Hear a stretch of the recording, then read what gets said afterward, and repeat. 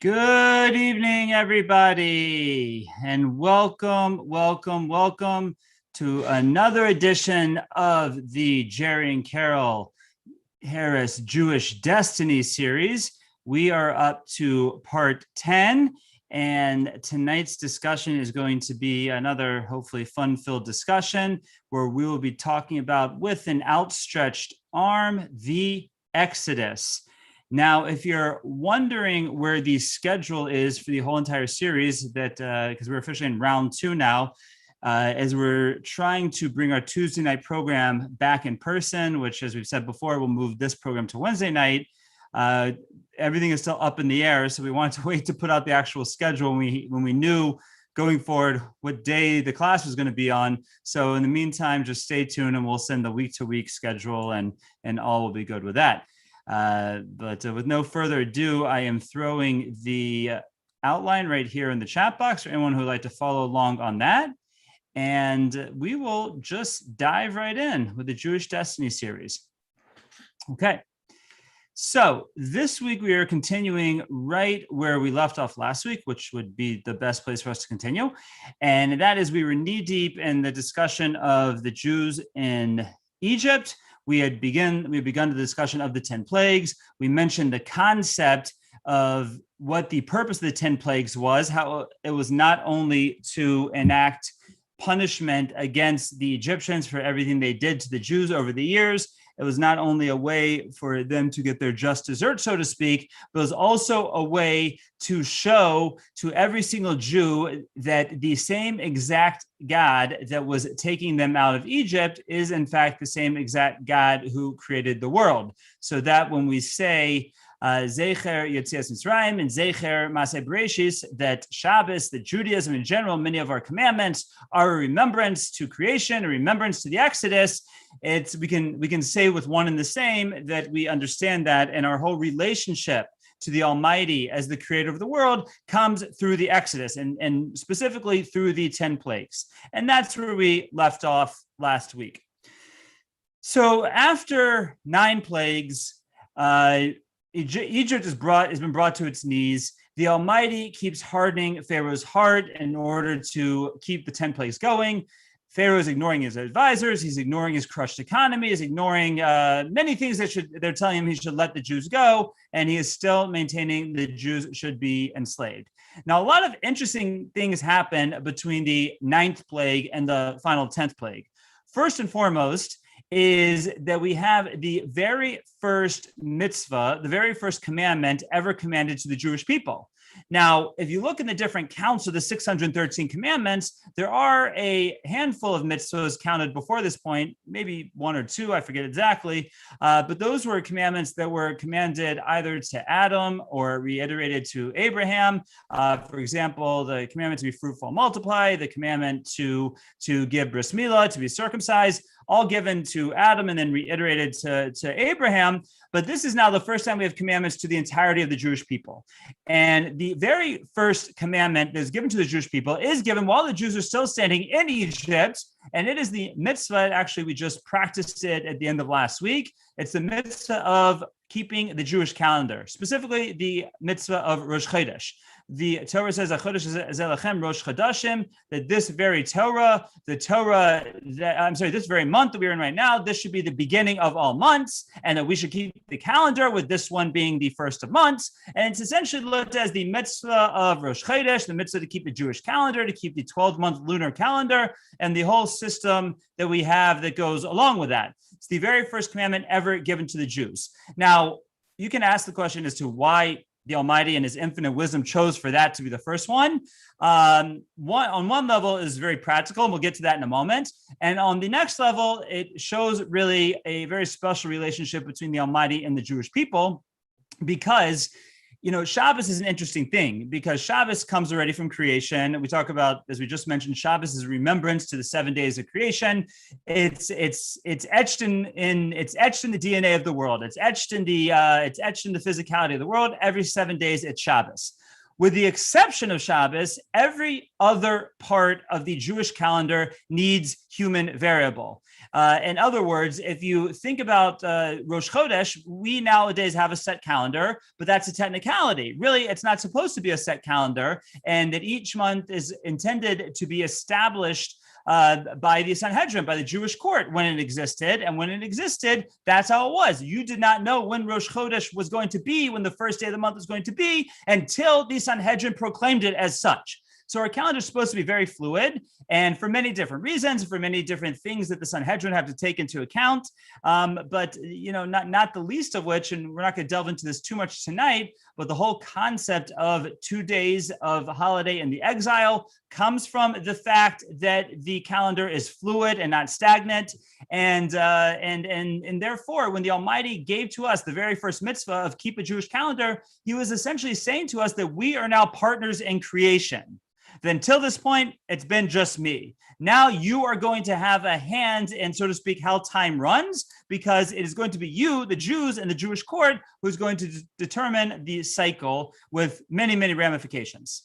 Now, that's sort of the spiritual idea behind why this was the first commandment, but there's a very practical idea, and that was because the first commandment was necessary for the second commandment. And the second commandment, which was commanded to the Jews roughly 5 days before the Exodus, was the commandment of the Korban Pesach, the Passover offering. Now, it's very interesting because you can ask the question, why don't we bring the Passover offering today? And the answer is that many people will give you, and it's the accurate answer, is that we don't have a temple. And without a temple in Israel, we can't bring the Passover offering. So the follow-up question is, well, then why were the Jews in Egypt without a temple, not in the land of Israel? And not only that, but in a place that our sages describe as one of the most spiritually deprived places on earth. Why were they allowed to bring a Passover offering? And the answer is because the Passover offering in Egypt had a dualistic purpose. First of all, again, just like every other Passover offering, it's to commemorate Passover, commemorate the Exodus. That hadn't happened yet, by the way. But more specifically, it was the final step of the Jewish people needing to reject Egypt and Egyptian society and Egyptian culture before they were to become free Jewish people. And the lamb or the sheep or these animals were actually Egyptian gods. So by bringing an offering to the Almighty and out of the God of the Egyptians, that showed the ultimate faith in Moshe and the God that Moshe was talking about and the God that they were witnessing through the 10 plagues and the God that was going to take him out of Egypt. It was the ultimate statement of faith. And it really went deeper than the actual offering, because the offering, it's kind of simple. You get to the offering because all you do is, you shecht it, you barbecue it, and you eat it. It's like a big shawarma party, basically. Sorry to the vegetarians out there, but that's what it was. That's what the Pesach Seder was back in those days. Your matzah moreh was eaten with a little bit of roasted lamb and a nice shawarma. But beyond that, to prepare for the Passover offering, you can't just show up on the 14th day of the month of Nisan when you have to bring it, take your lamb, shechted, barbecue it, and eat it. You can't do that. You have to first take the lamb and tie it to your bedpost for 4 days before you can bring it as a Passover offering. Now, what does that mean? What's the whole concept behind that? Well, the concept is so you can check it for blemishes, make sure that it's the right, that it's healthy, that it's the right thing for the offering. Now, this is unique to the Passover offering. No other offering in the Torah do you have to do anything like this. And again, the icing on the cake with what that was all about was it wasn't just a fleeting moment statement against the Egyptians of let's shecht and eat their God, but for 4 days leading up to that, they prepared for it. They tied it to their bedpost. They made it very clear what they were doing, and still that was the ultimate statement of faith and what was happening, was about to happen for the Jewish people. So the very first 2 commandments are given when the Jews are still in Egypt. The Passover offering is taken into the house, tied to the bedpost. On the 10th of Nisan, on the 14th of Nisan, they shecht it, they roast it, they have a nice shawarma barbecue that night on the 15th, and they take the blood and they put it on the doorpost. Now, interestingly, the blood was on the inside doorpost, not the outside doorpost. People think that it was some sort of sign, which would beg the question that, the angels really aren't physical. They don't need physical signs. So therefore, it's a statement to your family. right? That you're not only, once you're sitting down to eat, you could be eating anything, but we're taking the blood of the Egyptian god that we just shechted, that we're sitting down to eat, and we're putting on the doorpost to say, this is not a god. We don't believe in this culture. We are going to be servants of the Almighty, not servants of the Egyptians. And this whole act that we're sitting down to right now is to show that very fact. So that all happens while the Jews are still in Egypt. Now, the Jews will bring one more offering the first year in the desert. The first year the Mishkan's built, right after the Mishkan and the tabernacle is built, and then they won't bring it again until they enter the land of Israel. We'll discuss that a little bit later. It's kind of complicated as to why they could bring it, why they didn't bring it for 39 years. But maybe we'll talk about that when we get to Joshua. So this is the lead up to the Exodus. Now, the final plague comes about. And as we mentioned, the plagues all had 3 weeks of warning and 1 week of execution, with the exception of the final plague, because the final plague is makas b'chayros, the slaying of the firstborn, and you cannot have 1 week of execution for executing, right? Execution happens in one moment. So it was 3 weeks of warning before the actual moment happened. And I'm sorry, one more point I want to get to before we get to makas b'chayros, and that is that when the Jews brought the first Passover offering in Egypt, sitting in their houses in Goshen in Egypt, eating the Egyptian god roasted like a shawarma, they ate it with matzah and maror, just like we eat matzah and maror at our Seder today, which really begs the question, because why is it that Jews eat matzah at the Seder? Every kid who goes to Sunday school, Hebrew school, day school knows the answer, is because we left Egypt in a hurry and did not have time for our bread to rise, and therefore we get to eat these hard crackers that it is a toss-up which one has more flavor, the box or the matzah, right? That's what we end up doing as Jews, eating our matzah. Now, by the way, our matzahs today are probably not like they were then, because we really burn our matzahs to a crisp because we want to make sure to have the right temperature, and we're not exactly sure how to make them without burning them to a crisp. Probably in antiquity and earlier generations, they were much softer, more like a flat pita than a cracker. But be it as it may, the Jews in Egypt were eating matzah because why? Because tomorrow we're going to go out of Egypt in a hurry, and therefore we're not going to have time to bake our bread, and therefore we're going to have to eat matzah then. And there's a big circular logic problem here. In other words, if they're eating the matzah in Egypt because tomorrow they're going to leave in a rush and not going to have time to bake their bread, bake your bread now, right? I mean, prepare now. You're leaving tomorrow, or you think you're going to leave tomorrow. Like get ready for it. And and that's question one. Question two, regardless, it hasn't happened yet. Why are you commemorating something that hasn't happened yet? Right? And a lot of commentaries deal with this question, and I've never seen an answer that I like. I had a theory for a while, but I recently debunked the theory and found too many holes in the theory to repeat. So if anyone has a good response to that as to what exactly the Jews were doing eating matzah while still in Egypt when they hadn't yet left in a hurry, and therefore if they were, Nomi says space-time continuum, and therefore they're going to leave in a hurry, then just bake the bread now. What's going on over here?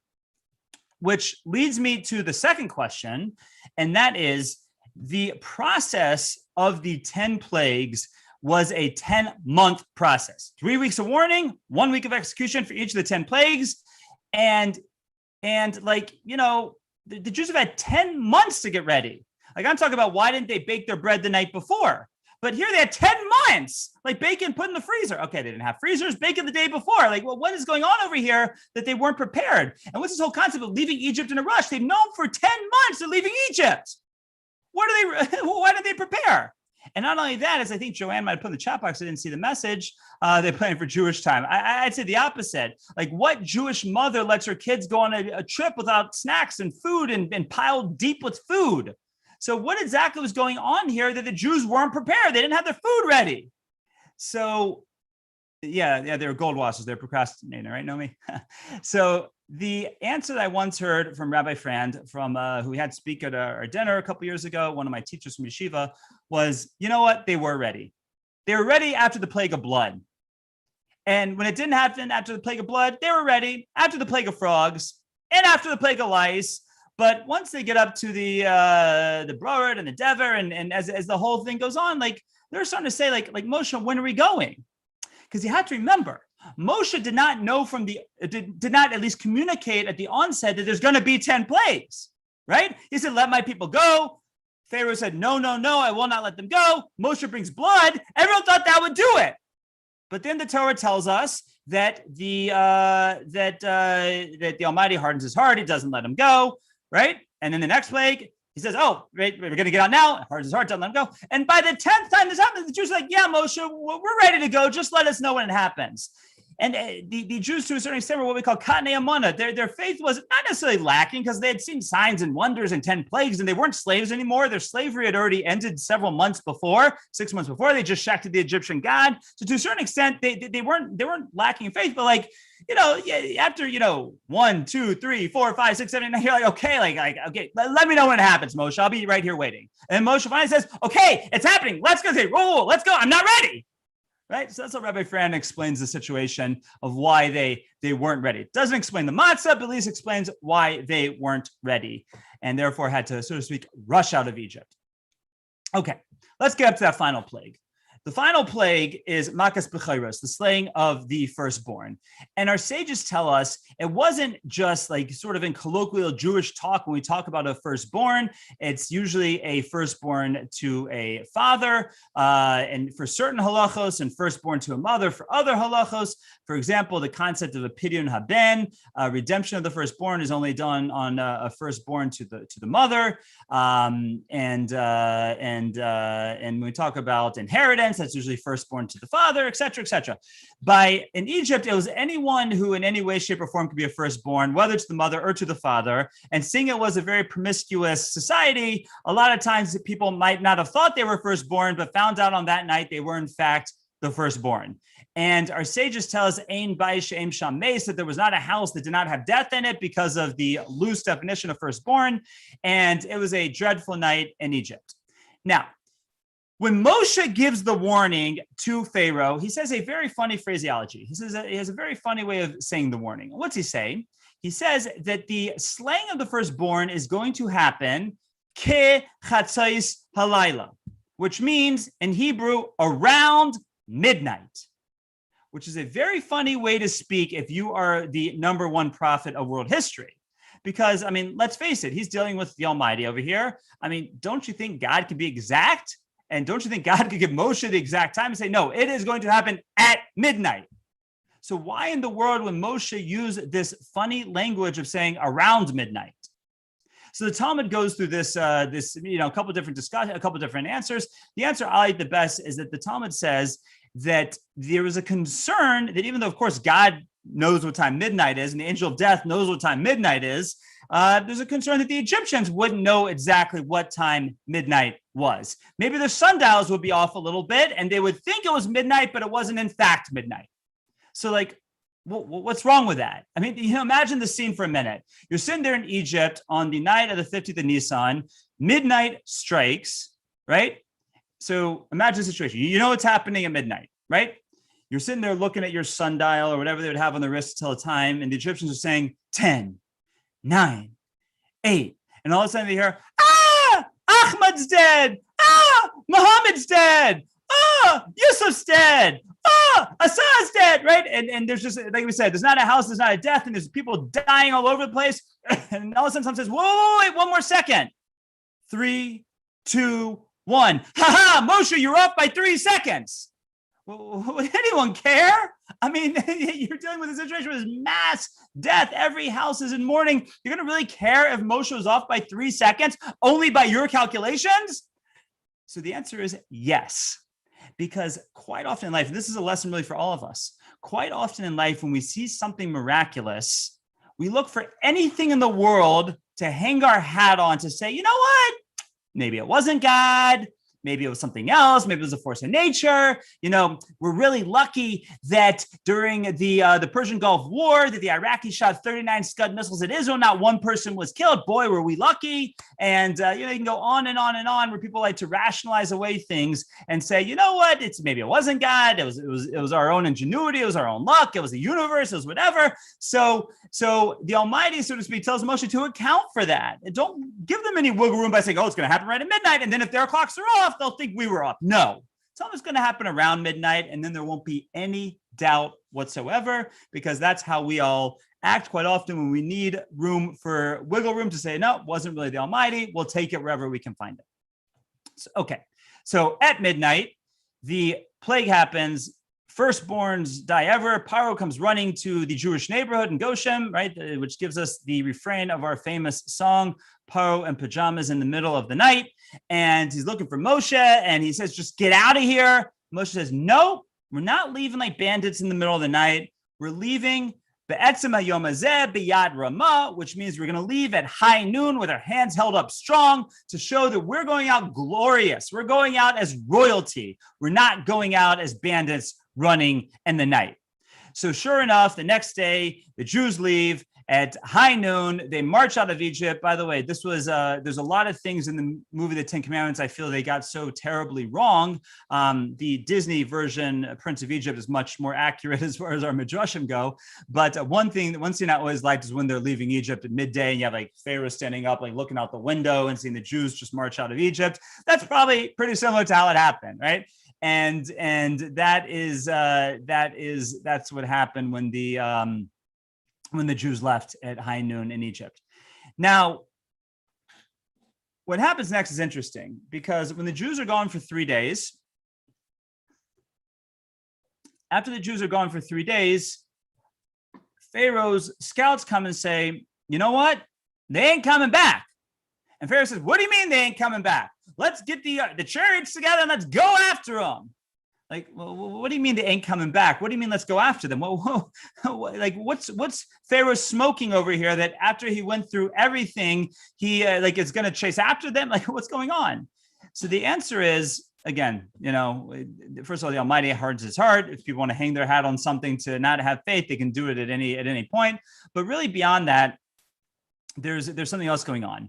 If we look back in the story of the whole story of the 10 plagues and the warnings and everything, we see that at no point does Moshe say, let my people go completely, right? The most that Moshe ever asks for is 3 days to serve our God, right? 3 days in the desert to serve our God. We need to take everyone, take our family, our possessions, because we don't know what we're going to have to bring as offerings, but we just want 3 days. That's all Moshe ever asked for. And therefore, when 3 days came and passed, Pharaoh says, he didn't keep his word. We're going after them. Now, there's a whole discussion in the commentaries and the sages as to what was going on over here. What was it, a bait and switch? Did Moshe lie? Did God tell Moshe to lie? Why didn't he ask to go completely? Did he ask to go completely and Pharaoh didn't understand them? A lot of different directions of the commentaries on that. But be it as it may, Pharaoh's understanding was even once he let them go after being totally royally beaten silly, he thought it was only going to be a 3-day excursion, a 3-hour tour, right? That's what he thought it was going to be. And they were going to come back. Once he saw they weren't coming back, that's when he chases after them. And he catches up to them in 3 days' time. And at this point, we have the introduction of one of the miraculous phenomenon that the Jews had in the midbar, the Jews had in the desert. The Torah describes the Ananei HaKavod, the clouds of glory that surrounded the Jews in the desert and protected them from the elements and protected them from potential enemies. This is one of the concepts of the Sukkah. The holiday of Sukkot is supposed to be a manifestation, a representation, a symbolic representation of these clouds of glory that surrounded the Jews in the desert. And besides the cloud of glory, at night they had something called Amud Ha'esh, a pillar of fire that would lead them. And they're introduced to us here that they protect the Jews from the Egyptians. They stayed the whole time between the Jews and the Egyptian camp. And until the point where it was time for the fateful moment of what we call Kriyas Yamsuf, the splitting of the sea. Now, I'm going to give you a map here because one of the famous questions, or favorite questions, I should say, on this topic that we're having tonight is where exactly is the Yam Suf? When we talk about I'm purposely not translated, by the way, right? The sea. Where is it? And I'm putting now in the chat box. I'm going to put it here on the screen in a moment. That there are many different opinions as to exactly where the sea was. 1 second, I'm going to do a screen share here. So there's the link if anyone wants it afterwards. We'll do a screen share to look at it together. If I can find it on my screen, here we go.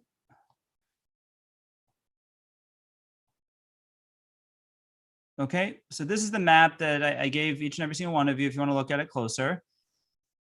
And the question is, what do we, let me see, let me make it a little bigger here, right? So what do we, well, sorry, right.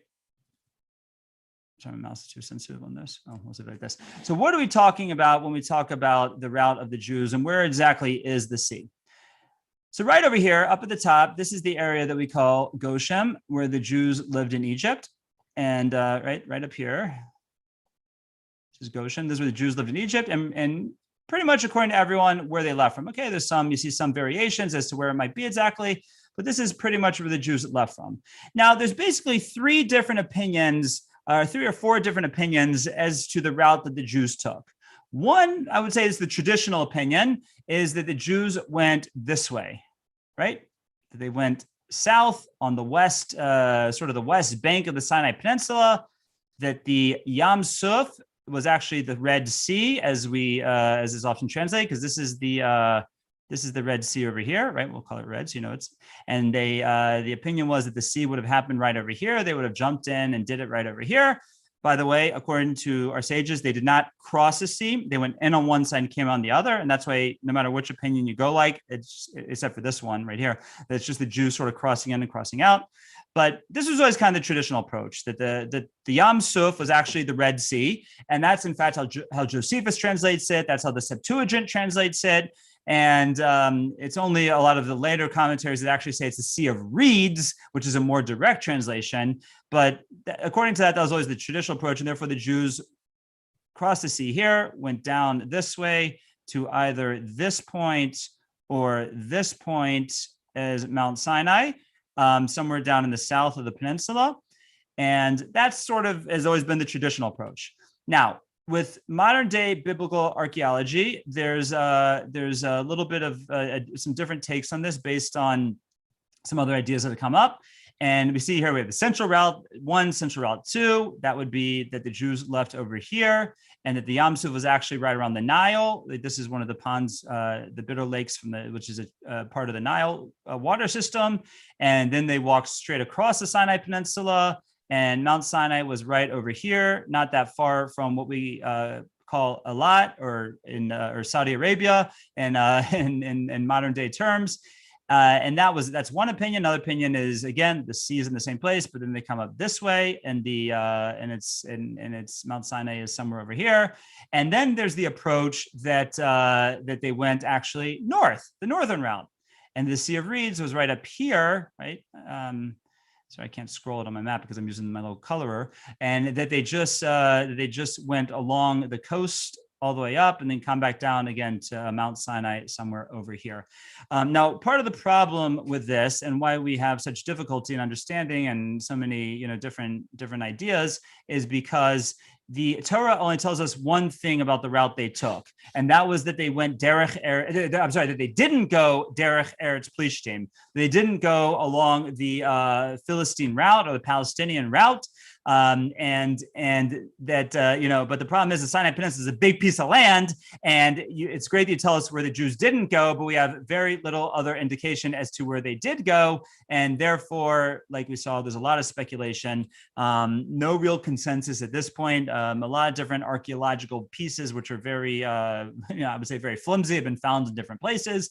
But be it as it may, it's really an inconclusive discussion at this point as to where exactly the Yam Suf, where exactly the sea was, and where exactly Mount Sinai was. Now, there are, according to a certain Christian group, that area in the south there's a mountain there that they think that's where it is. There's a monastery there even. But again, from the Jewish approach, there's no conclusive evidence. And by the way, our Talmud even tells us that we purposely don't know where it is, because the Almighty didn't want us to enshrine the place. They didn't want, you see how we treat burial sites in the Kotel and in all these places, that the Almighty didn't want us doing that with Mount Sinai.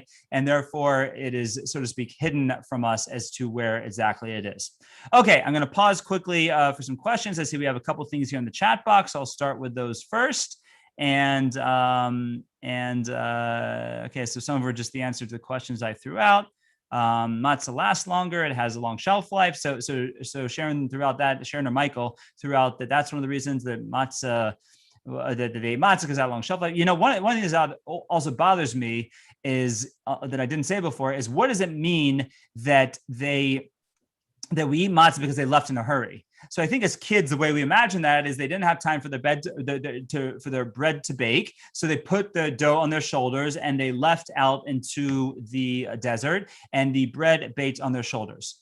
I'll challenge you. Next time you're in like Arizona or some arid climate, make some dough, put it on your shoulder, and see if it turns into matzah. Right? Ain't gonna happen, right? To make matzah, at least the way we do it nowadays, and probably then you need at least, I mean, nowadays we put in like an 800-degree oven, but you need probably at least like a 500-degree oven to make matzah. And I don't care how hot that sun is, it ain't baking at 800 or 500 degrees. So therefore, must be what means that they were in a rush. They quickly threw it in the oven and baked whatever they could get, and matzah came out. But again, the oven had to be hotter, not cool. Yeah, because again, I don't even know. I have a big problem with matzah, not just my stomach, but just like philosophically. Okay. Okay. So Dan asked, did all the firstborn die at once or as they passed over each house? No, the firstborn died in one moment at midnight. It all happened at the same exact moment. That's an interesting concept that we say about the angels passing over the Jewish homes. That does not mean physically passing over, because angels are not physical.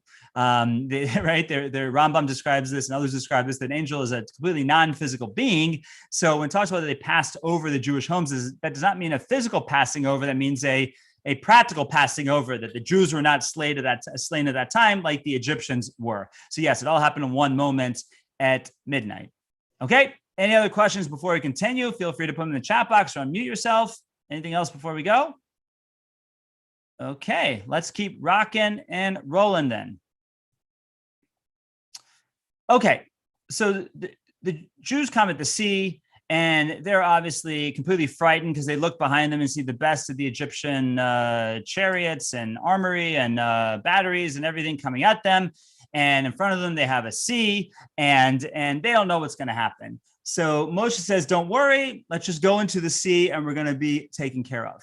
And many of the Jews don't want to. The first person who actually does it is somebody by the name of Nachshon ben Aminadav, the famous Nachshon, who is from the tribe of Yehuda, who's from the tribe of Judah, who we talked about last week, and is the great, however many great grandfathers, not even that many. I think it's only a few less than that, but he's the great grandfather of King David. So when we talk about the royal lineage of Yehuda, of Judah, it passes from Nachshon ben Aminadav down to Boaz, who we'll talk about next week or in the coming weeks, down to Jesse, down to King David. So this is really, again, the manifestation of a Jewish king when we see that Nachshon ben Aminadav is the first one to actually jump in. As he jumps in, when the water's up to his chin, our sages tell us, the water splits, Jews walk in. As we mentioned before, they were not necessarily crossing a sea. They were probably, according to most opinions, going in on one side and just curving around and coming out on the other side. And because the whole purpose was what happened next. And as the Egyptians should follow them in, and the sea should come crashing down on them. Now, our sages tell us that when the Jews witnessed this action, this event, this was the greatest event that humankind had ever witnessed up until this point. It tells us that even the most average of Jew was raised to the level of prophecy by what they saw at the sea with the splitting and the closing in. At the plagues, they did not have that kind of front row seat to the activity that was going on. And it was such an amazing event that the Jews said about the Jews at that time, V'aminu b'Hashem of Moshe Avdo, that at that point, finally, after 10 plagues, after the Exodus, now at the splitting of the sea and watching the death of the Egyptians, at that point, the Jews finally trust in the Almighty and in Moshe as his servant. They come out, they sing Shira. Miriam, the sister of Moshe and Aaron, takes the tambourine and plays the instruments, and it is a jubilant event for the Jewish people. Okay. What happens next? What happens next is that, first of all, the Jews, I didn't actually put this in the outline, but the Jews get their first challenge, first of many, many, many challenges outside of Egypt. And that is Amalek comes for the first time ever. Now, Amalek is the grandson of Esau.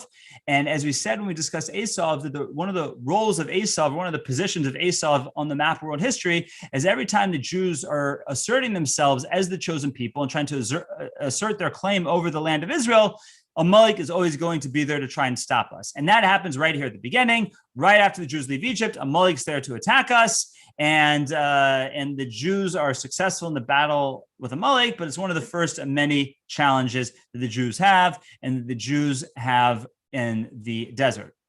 So the Jews go through the process again after Amalek. They don't have water, and they Moshe this time hits the rock. He's supposed to hit the rock, and they get the water, and eventually they run out of their provisions from Egypt, and the manna falls from heaven. And this is all the things that happen between Egypt, between the sea and Mount Sinai.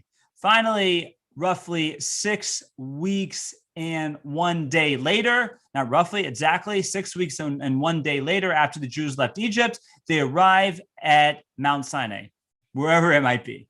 And they begin their preparatory process for revelation.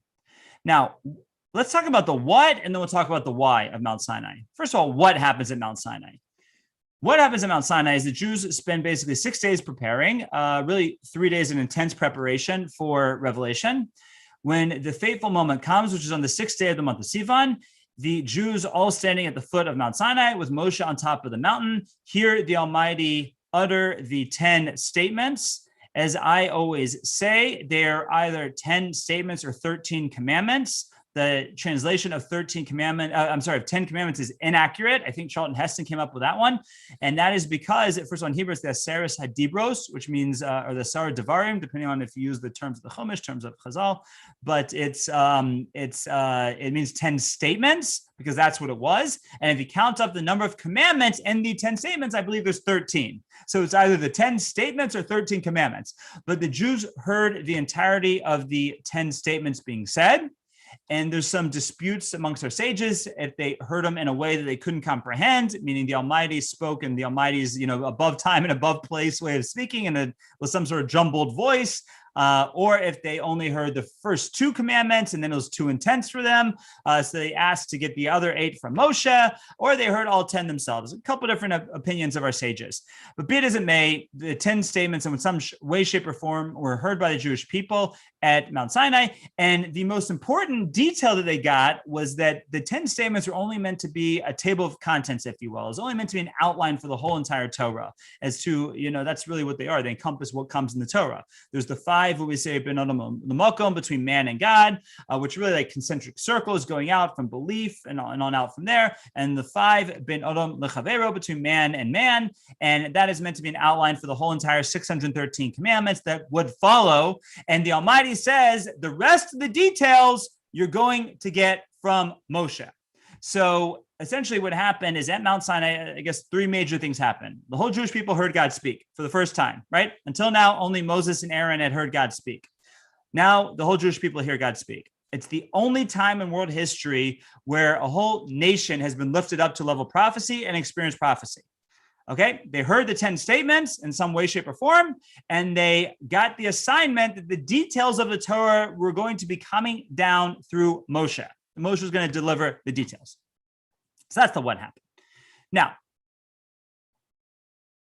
let's say, hypothetically, and I don't recommend this, but hypothetically, you were going to start a religion.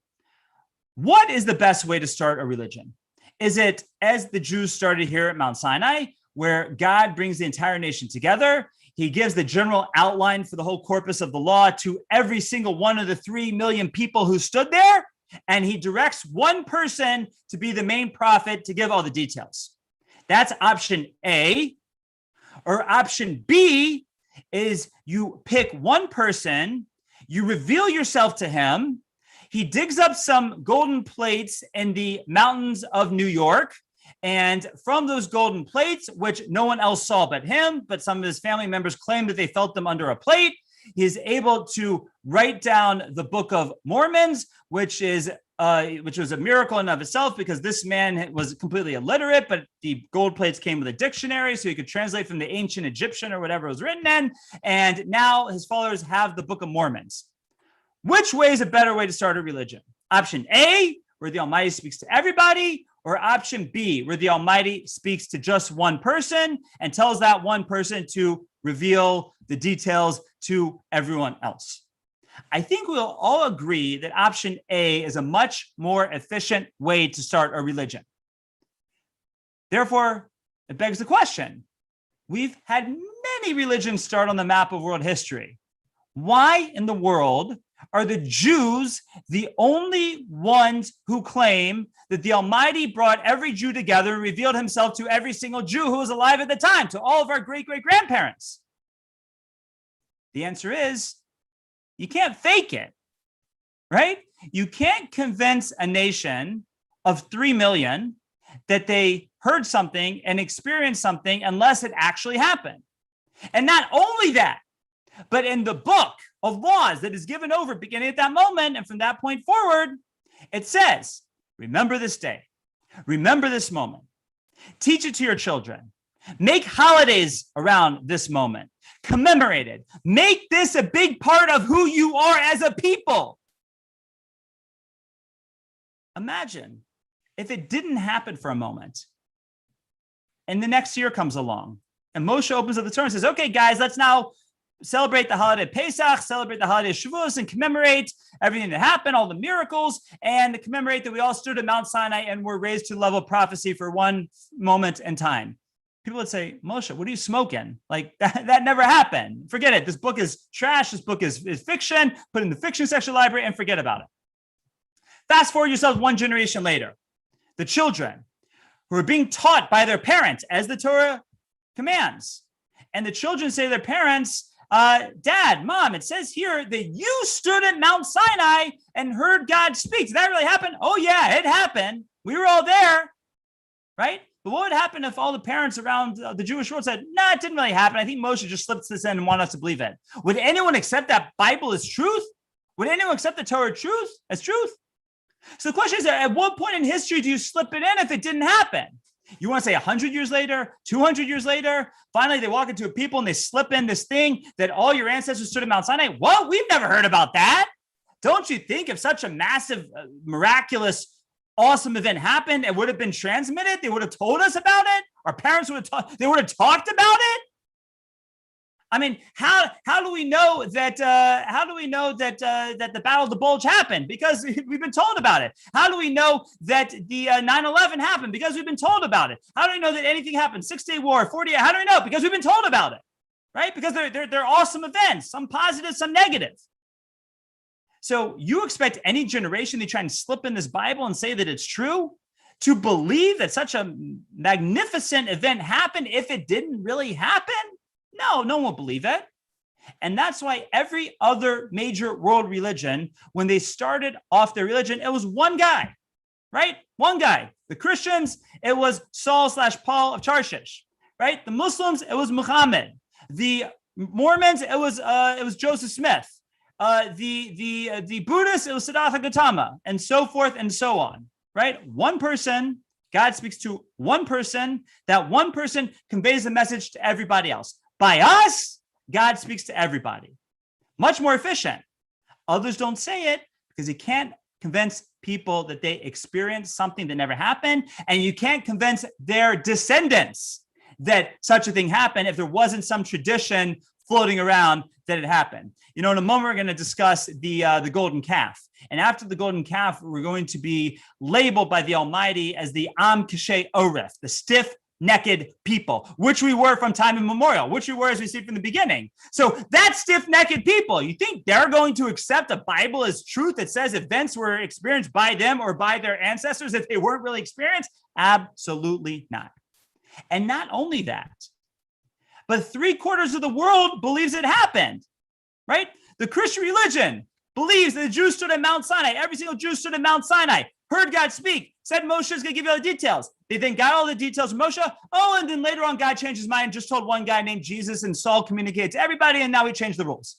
But they all believe where we started, right? The Muslims believe the Jews stood at Mount Sinai. All the Jews, all this happened. And then, whatever it is, a couple thousand years later or so, God sends the angel Gabriel, and he speaks to Muhammad and changes the whole story.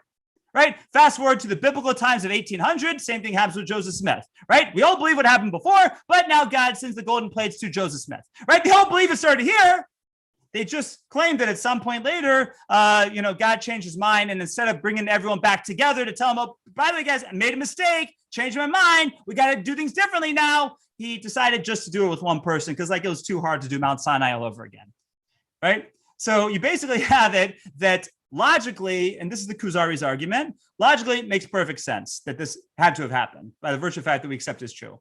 Beyond that, historically it makes sense because every other major world religion doesn't try and deny it, right? The Christians believe it, the Muslims believe it, the Mormons believe it, and then some crazy Orthodox Jews believe it too, right? But that because you can't fake such a thing if it really happened. And so therefore this instilled in the Jewish people the faith, the everlasting faith in the Almighty and in the Torah of Moshe. Now, it's interesting that the details of the Torah come in waves, really. Meaning there is what we will call an original plan, and then we're going to see the plan has changed with the golden calf. The original plan was that after the event of Ma'amad Har Sinai, the event of Revelation, on the next day, the 7th day of Sivan, Moshe goes back up on the mountain. And in those 40 days, he gets all those details that God told the Jewish people Moshe was going to get. And the plan is that when he comes down after 40 days, that would be the continuation of it.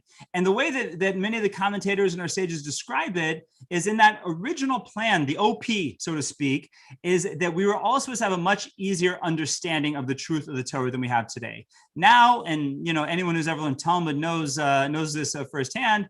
Sometimes to get to the depth of understanding of Jewish concepts, whether it's concepts of Jewish law or concepts of Jewish philosophy, it takes a lot of what we call a melus b'Torah. It takes a lot of effort. It takes a lot of work. And that's a result of what we're going to talk about next, being the golden calf. But in the original plan, it was supposed to all be very clear. We could open up the Torah, we could read the verses and know exactly what was expected of us. Now, according to the basic Jewish principles of faith, for those of you who are with us for the You Might Be a Heretic If series, we talked about this at that time. If you weren't here, you can find it on Torah Anytime. I believe it's on rabbilandis.com. It might be on torahcleveland.com as well, but it's definitely on Torah Anytime, and I believe it's also on rabbilandis.com. But in the You Might Be a Heretic If series, we talked about this idea that at Mount Sinai and the transmission from the Almighty to Moshe, it was not just what we call today the written Torah, the Torah Shebiksav, the 5 books of Moses, which are written down over the next 40 years at different time periods and completed either before Moshe's death, at Moshe's death, somewhere around there. But it was also the Torah Sheba'al Peh, the oral transmission as well. Now, why is that? Why would the Torah be given in 2 ways? The simple answer is because we all know that all the lawyers in the crowd today can attest to this. A written word is by definition vague and subject to interpretation. And therefore, as opposed to putting the whole entire Torah down in written form, the Almighty gave the Torah in written form. I gave sort of a more in-depth outline than the 10 statements we said before, and then said that, we want to keep the rest alive and fluid because let's face it, not every generation is going to look like it is today, and we're going to need the input of our scholars in every generation to make sense out of it. And the virtue of the fact is that one of the most significant mitzvahs to us as a Jew is what we're doing right here, what I live my whole life to try and promote in the Jewish people, but the concept of Torah study. And by keeping a significant corpus of the Torah as orally transmitted and therefore to be discussed and to be taught from generation to generation, that would by definition make a teacher, student, parent, child learning relationship that is required as a Jewish person. So the Torah, as it's given and transmitted and written down, the written Torah, the 5 books of Moses, we know by looking at it that it has to have a guide. It has to have a commentary. It has to have something that comes along with it to help you to understand it. And we know it quite simply from the words of the Torah. For example, when you open up a Torah scroll and try to read it, if you're a Baal Koreh, or if you're like me, you have no clue how to be a Torah reader, and it's very difficult. But anyways, when you try and read the Torah as it's written, you know that it's very challenging and very difficult. Why is that? Because the Torah scroll, as we have it today, and as we've had it since it was written down at the time of Moshe, does not have vowels in it. And not only that, it doesn't have punctuation in it. And not only that, it doesn't have the trup in it. It doesn't have the cantillation in it. And this is significant because number one, quite often without punctuation and without the vowels, you don't know what the verse is saying. I'll give you a great example. The Torah tells us, Lo savashel gedi beches lamed vez imo, which means don't cook a kid in his mother's ches lamed vez. What does ches lamed vez spell in Hebrew? Well, it depends on how you punctuate it. It depends on how you vowelate it, if that's a word, right? If you put the vowels one way, it is chalav. No, don't cook a kid in its mother's milk. If you put the vowels another way, it's chalev. Don't cook a kid in its mother's fat. Which one are we? Are we an anti-milk and meat religion, or are we a low-fat religion? I don't know. We need to be able to read the Torah the right way, and so forth and so on. We can't even read the Torah. So once someone reads the Torah, and by the way, you walk into any shul, any place in the world, they're all reading the Torah with the same vowels and the same punctuation, because it was transmitted from Moshe on Sinai. And when we go deeper than just vowels and punctuation, there's so many verses of the Torah that don't even make sense, that don't make sense at any level. As a matter of fact, there's this book that's goal is to point out every time the Torah doesn't make sense and to give you an explanation. And there is not a single page of the Torah where this commentary doesn't write something. And of course, I'm referring to none other than the great Rashi commentary, because this is exactly what Rashi is coming to tell us all throughout his great biblical commentary, is the verses often are incomprehensible as to what makes sense of them. And therefore, it must be that it was given with a companion, with some kind of commentary, with some kind of explanation, because it doesn't make sense otherwise. And I'll give you a few examples. Shema Yisrael Hashem Elokeinu Hashem Echad, the great anthem of the Jewish people. What does it mean? Is it a statement of monotheism? Right? Hear, O Israel, the Lord is our God, the Lord is one. Or is it in a statement of the oneness of God? Or is it a statement on the Trinity?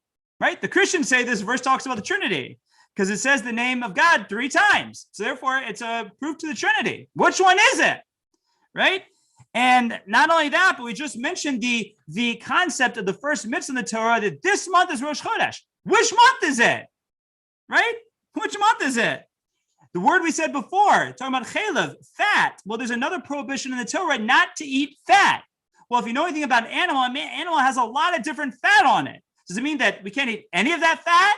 Or is it just certain fats that we're not allowed to eat? Going on to the birds, right? The Torah never gives us kosher signs for birds. How do we know what birds we're allowed to eat? The Torah says that you're not supposed to leave your place on the 7th day. What does that mean? You can't go outside your house. You can't leave your property. You can't go outside your neighborhood. You can't leave your city. Or as we're going to see when we get to the Karaites, you can't even stand up from your chair. What does that mean? When the Torah tells us don't work on Shabbos, what does that mean? When the Torah tells us that to formulate a legal system, what does that mean? Details are not in the Torah. When the Torah tells us that we have to circumcise our male children, what does that mean? When the Torah tells us we have to wear tzitzis, right? We have to wear fringes on our four-corner garment. What does that mean?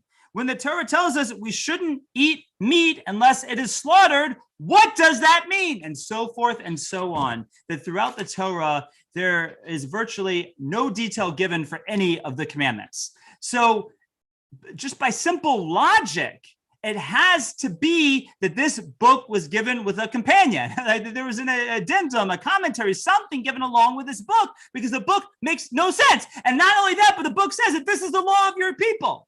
And some things are punishable by death, and some things are punishable by stoning, and some things by beating, and some things by financial penalties. But we don't know what we're supposed to do. We don't know we're supposed to set up courts. We don't know how to enforce it. We don't know any of this. So it has to be that to live the Jewish life that is talked about in the Torah, there has to be a commentary. There has to be a companion to the written Torah. Is there any other candidate as an explanation and a commentary for the written Torah than the Talmud? Is there any other contender as an ancient commentary for how to understand what it means to be a Jew than the Talmud, which is the record of the oral tradition? No. So, by process of elimination, we only have one option. I would take it a step further and contend that our tradition is solid, that the Talmudic tradition has been passed down in a solid way from Moshe until our very generation. As a matter of fact, Maimonides, his introduction to his famous work, the Mishnah Torah, he actually gives his direct tradition going back from Moshe. In other words, student, teacher, student, teacher, student, teacher, going all the way from Moshe until himself. And that brings us up to the 12th century. And it's very easy for us to get to the 12th century till today. I have a great sheet. I'll have to send it to you because I meant to have it ready tonight and I don't. But really, of my tradition, really our tradition, going back to Moses. So I argue that we have a solid tradition. But even if you want to argue that, pick another option, right? There's not another option out there on how to understand the Torah and how to live as a Jew than the Talmudic tradition, which has been passed down accurately from Sinai until today. Okay. 40 days after the revelation at Mount Sinai, when Moshe is still on the mountain, we have the first ever revolt of the Jewish people. And that is none other than the golden calf. Very hard section of the Torah to understand. The best explanation, at least I should say the explanation that resonates the most with me is the explanation of Nachmanides, of Ramban, the 13th century Spanish rabbi. He explains the golden calf situation like this. He says the Jews had gotten nervous through either some deception or through just stress or whatever it might be, but they thought that Moshe was dead. For whatever reason, there was a message that went out, a hysteria that went out, that Moshe had died on the mountain. And therefore, the people thought that they needed a new leader. Now, why in the world would they have picked as a leader a golden calf? So the way that Nachmanides explains it is that on the Almighty's chariot, as is described by the prophet Ezekiel, there are different images. On the right side of the chariot, there's an image of a lion. On the front of the chariot, there's a human image. We're told it's the image of Yaakov Avinu, of Jacob. And on the left side of the chariot, there's an image of a calf. Now, in Kabbalistic thought, which Nachmanides was a Kabbalist, the right side always represents the strong side.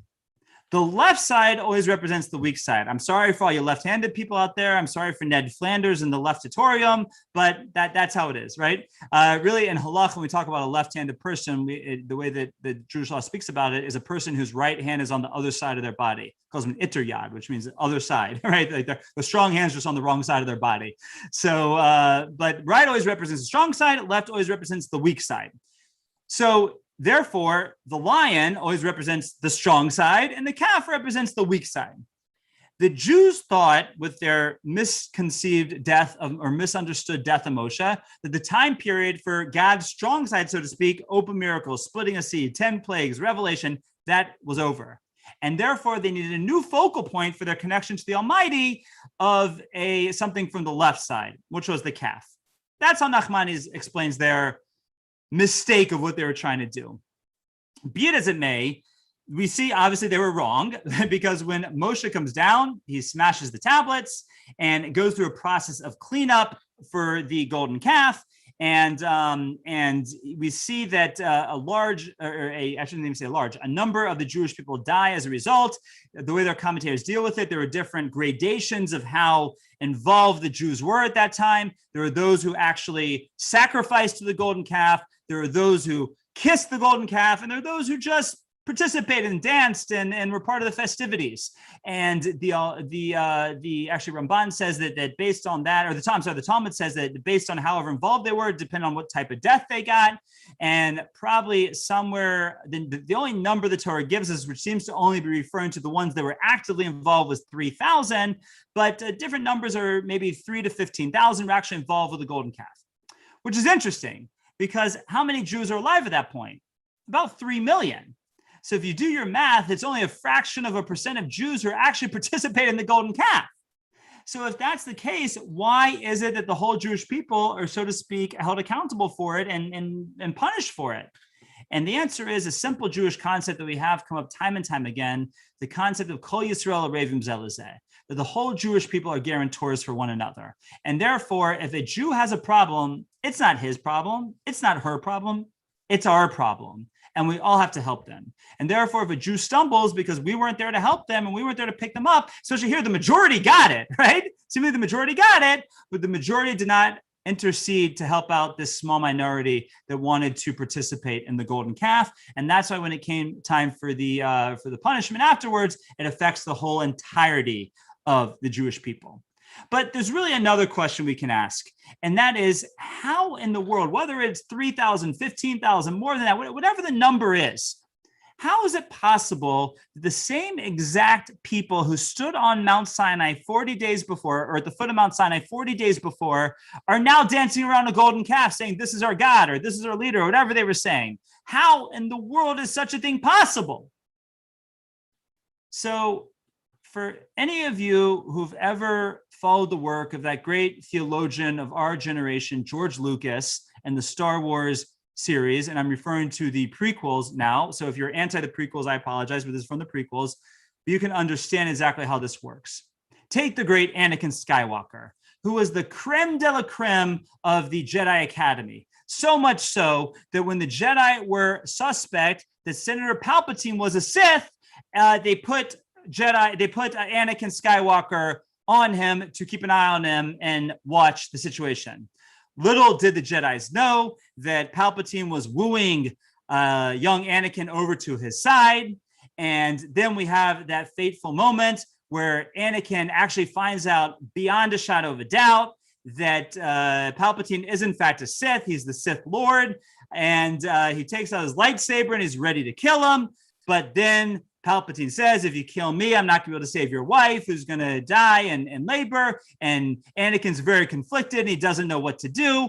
And then finally, the day comes when they have to confront him as the Sith. Anakin goes back to the Jedi Council, says he's the Sith Lord, and he goes with Count Dooku, I think was his name, who was played by Samuel Jackson, did a wonderful job. And they tried to apprehend Palpatine, and Count Dooku is about to do it. He's about to kill him. And then Anakin says, no, I'm not going to be able to save my wife. And he pulls out his lightsaber and cuts off Dooku's hands, at which point Palpatine gets the upper hand and he can make Dooku fly out the window. What does Skywalker do next? He gets down on his knees and says to the Sith Lord, I'm your ardent servant. I'm with you from this point on. And Palpatine says, no longer should you be known as Anakin Skywalker. You are now Darth Vader. Darth Vader, the great villain of the Star Wars series? What do you mean? 5 minutes ago, he was the greatest Jedi. How is he now Darth Vader? Because that's what happens so often. When a person falls from greatness, they so rarely go down to mediocrity. Usually they hit rock bottom. And in truth, the Brisker Rav says the same exact thing. He explains on a concept from Rav Yehuda Halevi. Rav Yehuda Halevi and the Kuzari defines that there are 5 levels of creation. There's what's called a domem, meaning inanimate objects like rocks. There's a someach, there's living organisms like plants. There's chayas, there's animals. There's medabrim, there's human beings. And then there's Klal Yisrael, right? So explains the Brisker Rav that when a plant ceases to be a plant, when it dies, it doesn't become a rock, right? It withers away to nothing. And when an animal ceases to be an animal, it doesn't become a plant, it doesn't become a rock, right? It withers away to nothing. When a human being ceases to be a human being, it doesn't become an animal. I mean, there are many human beings in their lifetime who become animals, but at least when they stop being a human being, they don't become an animal, right? They become nothing. So too, when the Jewish people decide they don't want to be Jewish anymore, they don't just become a non-Jew. They don't just become a plain old Gentile. No, they essentially become nothing. And that's what we see happen when someone falls from great heights of spiritual glory. That quite often is a very stark contrast down to the bottom, like with Anakin Skywalker becoming Darth Vader. And that's what we saw with the Jews at Mount Sinai. They went from the highest to high, but they were there in many ways artificially, in many ways propped up to that position, that when they fell, they didn't just go back down to where they were before, but fell much lower to the point where they perpetrated the golden calf. Okay. We're going to wrap up here, and next week we'll get into the second, the completion of the time on the mountain, and talk about the time period of the Jews in the desert. Now we'll get to questions, but I thank you all for coming. I thank you for listening.